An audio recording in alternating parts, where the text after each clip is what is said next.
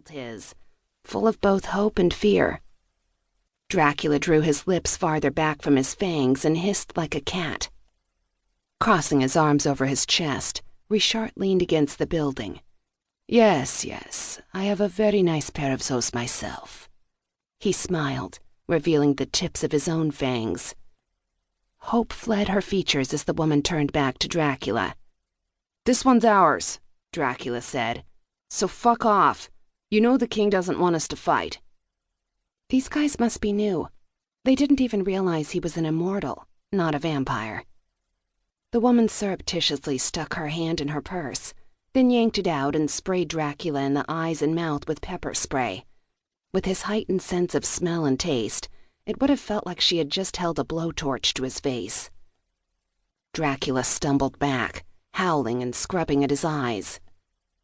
Richart drew 2 daggers and shot forward, burying one to the hilt in Dracula's chest and driving him away from the woman. "Immortal Guardian," the first vampire blurted. Quick as lightning, Richart sliced Dracula's carotid and brachial arteries, then turned to fight the remaining 3. The woman took off running. 2 vamps converged on Richart with bowies as long as his forearm.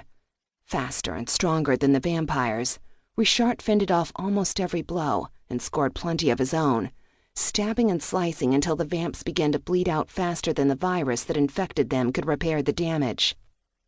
As the 2 sank to their knees, clasping their throats, Richart approached the last vampire. He had caught the woman a few dumpsters down, shoved her up against the wall, and sunk his teeth into her neck. Richart swept over to the vampire's side. The tip of his dagger pricked the skin above the vamp's carotid artery. The vampire froze, eyes darting toward Richart. "Release her and back away," Richart advised quietly. The vampire tightened his arm around her torso and slid one hand up to grasp her chin. Fangs receding, he murmured, "Draw another drop of my blood and I'll break her neck." As Richart watched, the boy backed away with the woman. 1 step, 2. Richart remained still, biding his time.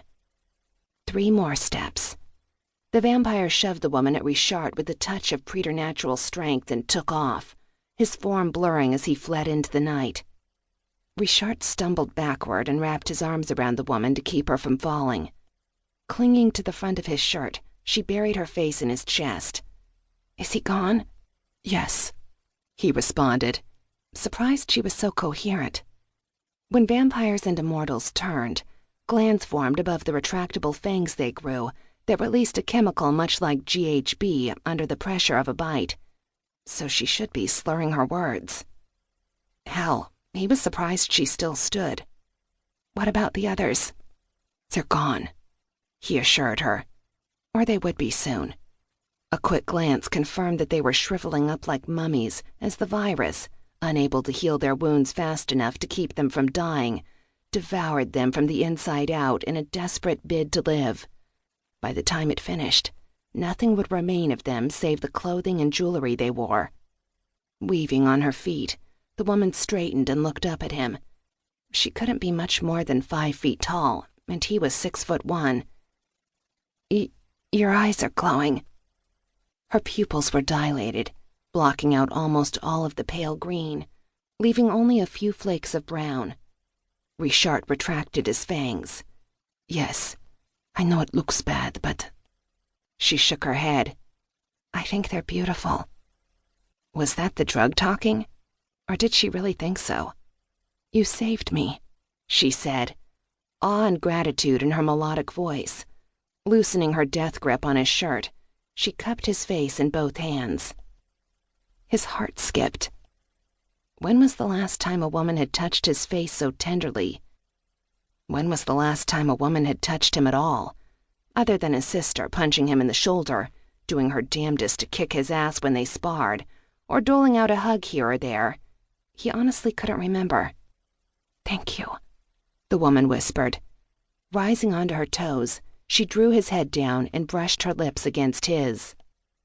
The contact hit him like an electrical shock. His heart began to pound as she tilted her head and increased the pressure, brushing, stroking. She combed her fingers through his short black hair.